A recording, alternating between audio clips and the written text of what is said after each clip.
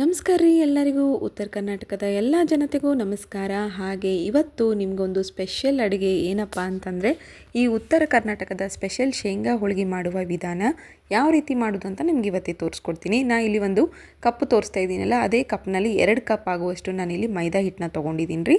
ನೀವು ಕೂಡ ಅಳತೆ ಪ್ರಕಾರ ಮಾಡೋ ಹಾಗಿದ್ರೆ ಇದೇ ರೀತಿ ಅಳತೆನ ಮಾಡಿಕೊಡ್ರಿ. ಫಸ್ಟ್ ಟೈಮ್ ಟ್ರೈ ಮಾಡೋ ಹಾಗಿದ್ದರೆ ಅಥವಾ ನಿಮಗೆ ಬರ್ತಾನೆ ಇಲ್ಲ, ಒನ್ ಟೈಮ್ ಕೂಡ ಮಾಡಿಲ್ಲ ಅನ್ನೋರು ಈ ಅಳತೆ ಪ್ರಕಾರ ಮಾಡ್ಕೊಳ್ಳಿ. ನೆಕ್ಸ್ಟು ಸ್ವಲ್ಪ ಚಿರೋಟಿ ರವೆ ತೊಗೊಂಡಿನ್ರಿ. ಒಂದು ಅರ್ಧ ಬೌಲ್ ಆಗುವಷ್ಟು ಚಿರೋಟಿ ರವೆ ತೊಗೊರಿ. ಹಾಗೆ ರುಚಿಗೆ ತಕ್ಕಷ್ಟು ಇಲ್ಲಿ ಉಪ್ಪನ್ನ ಆ್ಯಡ್ ಮಾಡ್ಕೊತಾ ಇದ್ದೀನಿ. ಈಗ ಇದನ್ನು ಕಲಿಸ್ಕೊತ ಹೋಗ್ಬೇಕಾಕತ್ರಿ. ನಾವು ಚಪಾತಿ ಹಿಟ್ಟು ಯಾವ ರೀತಿ ನಾದ್ತೀವಲ್ರಿ, ಅದೇ ರೀತಿಯೇ ನಾದಬೇಕ್ರಿ. ಇದರೊಳಗೆ ಯಾವುದೇ ರೀತಿಯಾದಂಥ ಡಿಫ್ರೆನ್ಸ್ ಏನು ಇರೋದಿಲ್ಲ. ಇದು ಸ್ವಲ್ಪ ಗಟ್ಟಿ ಇರಬೇಕಾಕತಿ, ಯಾಕಂದರೆ ಶೇಂಗಾ ಹೋಳಿಗೆ ಮಾಡೋಕ್ಕೋಸ್ಕರ ನಾವಿಲ್ಲಿ ಮೈದಾ ಹಿಟ್ಟನ್ನ ತೊಗೊಂಡಿದ್ದೀವಿ. ನೀವು ಬೇಕಾದ್ರೆ ಮೈದಾ ಹಿಟ್ಟನ್ನ ಸ್ಕಿಪ್ ಮಾಡ್ಕೊಂಡ್ಬಿಟ್ಟು ನೀವು ಗೋಧಿ ಹಿಟ್ಟು ಕೂಡ ಆ್ಯಡ್ ಮಾಡ್ಕೋಬೋದು. ಆದರೆ ಮೈದಾ ಹಿಟ್ಟಿನಲ್ಲಿ ಮಾತ್ರ ಮಸ್ತ್ ಬರ್ತಾವ್ರಿ. ಹಾಗಾಗಿ ನಾವು ಮಾಡ್ತೀವಿ. ವರ್ಷದಾಗ ಮೊದಲನೇ ಹಬ್ಬ ಈ ಮಕರ ಸಂಕ್ರಾಂತಿ ಹಬ್ಬ. ಈ ಮಕರ ಸಂಕ್ರಾಂತಿ ಹಬ್ಬಕ್ಕೆ ಎಳ್ಳು ಬೀರೋದಾಗಿರ್ಬೋದು, ಅಥವಾ ಈ ಶೇಂಗಾ ಹೋಳಿಗೆ, ಸಜ್ಜಿ ರೊಟ್ಟಿ ಮತ್ತು ಬೋಗಿ ಸ್ಪೆಷಲ್ ಎಲ್ಲ ಅಡುಗೆಗಳಿದಾವ್ರಿ. ನಾನು ಇವತ್ತು ಒಂದು ಪ್ಲೇ ಲಿಸ್ಟ್ ಮಾಡ್ಕೊಂಡೀನಿ ರೀ. ಆ ಪ್ಲೇ ಲಿಸ್ಟ್ನಲ್ಲಿ ಎಲ್ಲ ಸಂಕ್ರಾಂತಿ ಹಬ್ಬದ ಅಡುಗೆಗಳಿದಾವೆ. ಒಂದು ಸತಿ ಹೋಗಿ ವಿಸಿಟ್ ಮಾಡಿ ನೋಡಿ. ನನ್ನ ಚಾನಲ್ನ ಸಬ್ಸ್ಕ್ರೈಬ್ ಆಗೋದನ್ನು ಮಾತ್ರ ಮರಿಬೇಡ್ರಿ. ಈಗ ಹಿಟ್ಟು ನಾದ್ಕೊಂಡು ನೋಡಿರಿ, ನಿಮ್ಗೆ ತೋರಿಸ್ತಾ ಇದ್ದೀನಲ್ಲ, ಈ ರೀತಿ ಹಿಟ್ಟನ್ನ ನಾದ್ಕೊಂಡ್ಬಿಟ್ಟು ಒಂದು ಬೌಲ್ ಮುಚ್ಚಿ ಇಟ್ಬಿಡ್ರಿ. ಒಂದು 10-15 ನಿಮಿಷ ನೆನಿಬೇಕಾಕತಿ, ಅಂದರೆ ಇನ್ನೂ ಚಂದ ಸ್ಮೂತ್ ಆಕತಿ. ನೆಕ್ಸ್ಟ್ ಬಂದುಬಿಟ್ಟು ನಾನು ಅದೇ ಬೌಲ್ನಲ್ಲಿ ನಿಮ್ಗೆ ಅಳತೆ ತೋರ್ಸಕತ್ತೀನಿ ನೋಡಿರಿ. ಈ ಒಂದು ಬೌಲ್ನಲ್ಲಿ ನಾನಿಲ್ಲಿ ಶೇಂಗಾ ತೊಗೊಂಡಿನಿ ರೀ. ಇದು ಹುರಿದಿರೋ ಶೇಂಗಾ ರೀ. ಆಲ್ರೆಡಿ ಹುರಿದಿರೋ ಅಂಥ ಶೇಂಗಾ ಇರ್ತೈತೆ ರೀ, ಅದರದ್ದು ಸಿಪ್ಪೆ ಅಷ್ಟೇ ಕ್ಲೀನ್ ಮಾಡ್ಕೊಂಡಿನಿ. ಇದು ಕರೆಕ್ಟ್ 2 ಕಪ್ ತೊಗೊಂಡಿನಿ ನೋಡಿರಿ.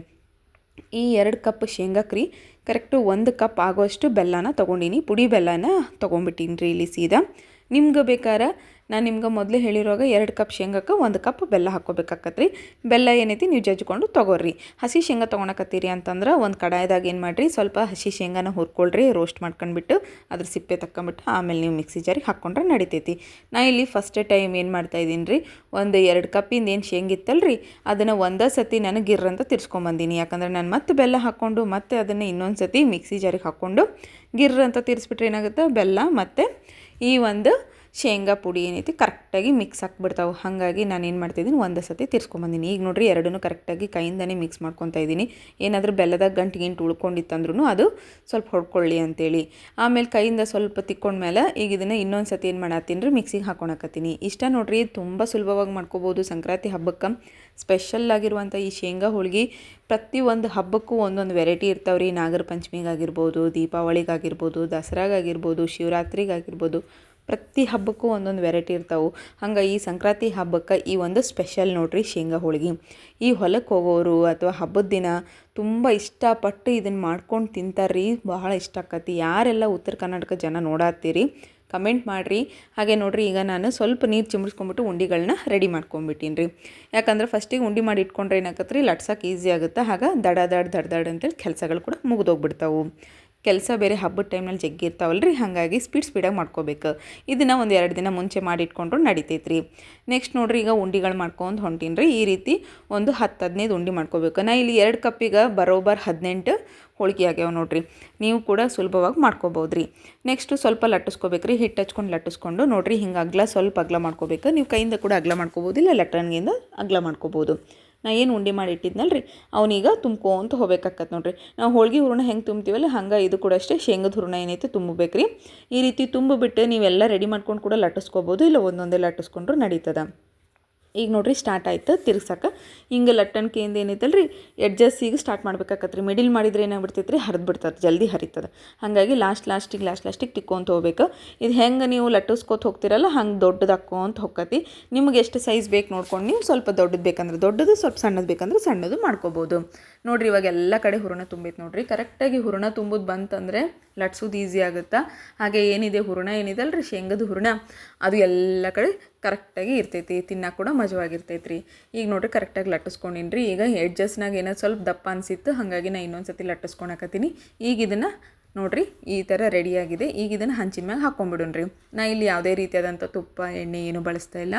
ಕಾದ ಹಂಚಿನ ಮೇಲೆ ಸೀದಾ ಹಾಕ್ತಾಯಿದ್ದೀನಿ ರೀ. ಯಾಕಂದ್ರೆ ಶೇಂಗಾದಾಗ ಎಣ್ಣೆ ಬಿಡ್ತೈತೆ ರೀ.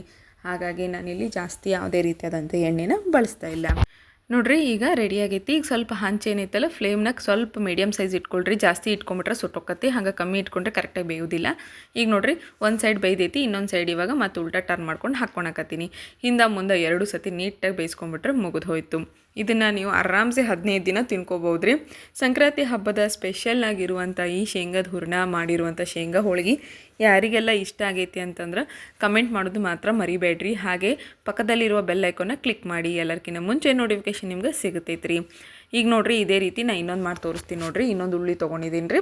ಉಳ್ಳಿ ತೊಗೊಂಡ್ಬಿಟ್ಟು ಈಗ ಸ್ವಲ್ಪ ಕೈಯಿಂದ ಹಿಂಗೆ ಮಾಡ್ಕೋಬೇಕು. ಅದಾದಮೇಲೆ ಏನೈತಿ ನೋಡಿರಿ, ನಾವು ಶೇಂಗಾ ಏನೈತಲ್ಲ ಶೇಂಗಾನ ಕರೆಕ್ಟಾಗಿ ಅದ್ರೊಳಗೆ ಫಿಲ್ ಮಾಡ್ಕೊಂಬಿಟ್ರೆ ಮುಗಿದು ಹೋಯ್ತು. ಸೇಮ್ ಹೂರಣ ಹೆಂಗೆ ತುಂಬ್ತೀವಲ್ಲ ರೀ ಹಂಗೆ ತುಂಬ್ಕೋಬೇಕಾಕತ್ರಿ. ಈಗ ಅದನ್ನು ಒಂದು ಸತಿ ಲಟ್ಟಿಸ್ಕೊಂಬಿಟ್ರೆ ಮುಗೀತು. ನೋಡಿರಿ ಎಷ್ಟು ಸುಲಭವಾಗೈತಲ್ರಿ. ಇದೇ ರೀತಿ ನೀವು ಕೂಡ ಮಾಡಿಕೊಡ್ರಿ. ನೀವು ಕೂಡ ಹಬ್ಬದಾಗ ಯಾವ್ಯಾವ ಅಡುಗೆ ಮಾಡ್ತೀರಿ ಅಂಥೇಳಿ ಕಮೆಂಟ್ ಮಾಡಿರಿ. ಹಾಗೆ ನಿಮಗೆ ಇನ್ನೂ ಯಾವುದಾದ್ರೂ ಅಡುಗೆ ಬೇಕು ಅಂತಂದ್ರೆ ನನಗೆ ಮೆಸೇಜ್ ಮಾಡಿರಿ, ಕಮೆಂಟ್ ಮಾಡಿರಿ. ಇನ್ನೂ ಹೆಚ್ಚಿರುವಂಥ ಅಡುಗೆಗಳನ್ನು ನಾನು ನಿಮ್ಗೆ ಮಾಡಿ ತೋರಿಸ್ತೀನಿ ರೀ. ಹಾಗೆ ನೋಡಿರಿ ಈ ವಿಡಿಯೋ ನಿಮಗೆ ಇಷ್ಟ ಆಗೈತೆ ಅಂತ ಅಂದ್ಕೊಂಡಿನಿ. ಈಗ ಮತ್ತೆ ಲಟ್ಸಿದೆ ನೋಡಿರಿ, ಸೇಮ್ ಅದೇ ರೀತಿ ದೊಡ್ಡ ಮಾಡ್ಕೊಳೋದು. ಇದನ್ನು ನೀವು ಆರಾಮ್ಸೆ ಇಟ್ಕೋಬೋದು, ನಾನು ನಿಮ್ಗೆ ಮೊದಲೇ ಹೇಳಿರೋಗೆ. ಹಾಗೆ ನೋಡಿರಿ ನನ್ನ ಚಾನಲ್ನಾಗ ಇನ್ನೂ ಸಜ್ಜಿ ರೊಟ್ಟಿ ಮಾಡಿದ್ದೈತ್ರಿ, ಬೇಳೆ ರೊಟ್ಟಿ ಐತಿ, ಜೋಳದ ರೊಟ್ಟಿ, ಹಾಗೆ ಇನ್ನೂ ಹೆಚ್ಚೆಚ್ಚು ಅಡುಗೆಗಳಿದಾವೆ. ಈ ಒಂದು ಸಂಕ್ರಾಂತಿ ಹಬ್ಬಕ್ಕೆ ಪ್ಲೇಲಿಸ್ಟ್ ರೆಡಿ ಮಾಡಿಟ್ಟಿನಿ ಅಂತ ಹೇಳಿನಲ್ರಿ, ಅದನ್ನೊಂದು ಸತಿ ವಿಸಿಟ್ ಮಾಡಿ ನೋಡ್ಕೊಳ್ರಿ. ಈಗ ನೋಡಿರಿ ಮತ್ತೆ ಇದನ್ನು ಹಂಚಿನ ಮ್ಯಾಗ ಹಾಕ್ಕೊಳತ್ತೀನಿ ರೀ. ಇದೇ ರೀತಿ ಸೇಮ್ ಮತ್ತು ಅದೇ ಮೆಥಡ್ನಾಗ ಮಾಡ್ಕೊತ ಹೋಗ್ಬೇಕು. ಹಿಂದೆ ಮುಂದೆ 2 ಕಡೆ ಕರೆಕ್ಟಾಗಿ ಬೇಯಿಸ್ಕೊಂಬಿಟ್ರೆ ಮುಗಿದು ಹೋಯ್ತು. ಇಷ್ಟ ನೋಡಿರಿ. ಈ ಒಂದು ವಿಡಿಯೋ ನಿಮ್ಗೆ ಇಷ್ಟ ಆಗೈತಿ ಅಂತ ಅಂದ್ಕೊಂಡಿನಿ. ಹಾಗೆ ಈ ಸಂಕ್ರಾಂತಿ ಹಬ್ಬ ಎಲ್ಲರಿಗೂ ಕೂಡ ದೇವರು ಆಯು ಆರೋಗ್ಯ ಆಯಸ್ಸು ಕೊಟ್ಟು ಚೆನ್ನಾಗಿಡಲಿ. ನೋಡಿದ್ರಲ್ಲ, ಈ ಸಂಕ್ರಾಂತಿ ಹಬ್ಬಕ್ಕೆ ನೀವು ಕೂಡ ಇದೇ ರೀತಿ ಮಾಡಿಕೊಂಡು ತಿನ್ಕೊಳ್ರಿ.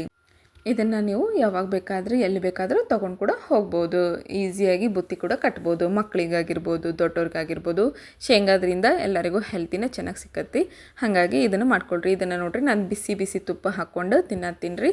ಚೆನ್ನಾಗಿರ್ತೈತಿ. ಇದು ಬಿಸಿ ಇದ್ದಾಗೂ ಚೆನ್ನಾಗಿರ್ತೈತಿ ರೀ, ಆದರೆ ಸ್ವಲ್ಪ ಆರಕ್ಕೆ ಬಿಡಬೇಕಾಕತ್ರಿ. ಒಂದು ದಿನ ಪೂರ ಆರಕ್ಕೆ ಬಿಟ್ಟರೆ ಇನ್ನೂ ಟೇಸ್ಟ್ ಚೆನ್ನಾಗಿ ಬರ್ತಾವೆ. ಮಸ್ತ್ ಸ್ವಲ್ಪ ಮೇಲ್ಗಡೆ ಕ್ರಿಸ್ಪಿ ಒಳಗಡೆ ಮೆತ್ತಗೆ ಟೇಸ್ಟ್ ಇರ್ತಾವೆ ರೀ.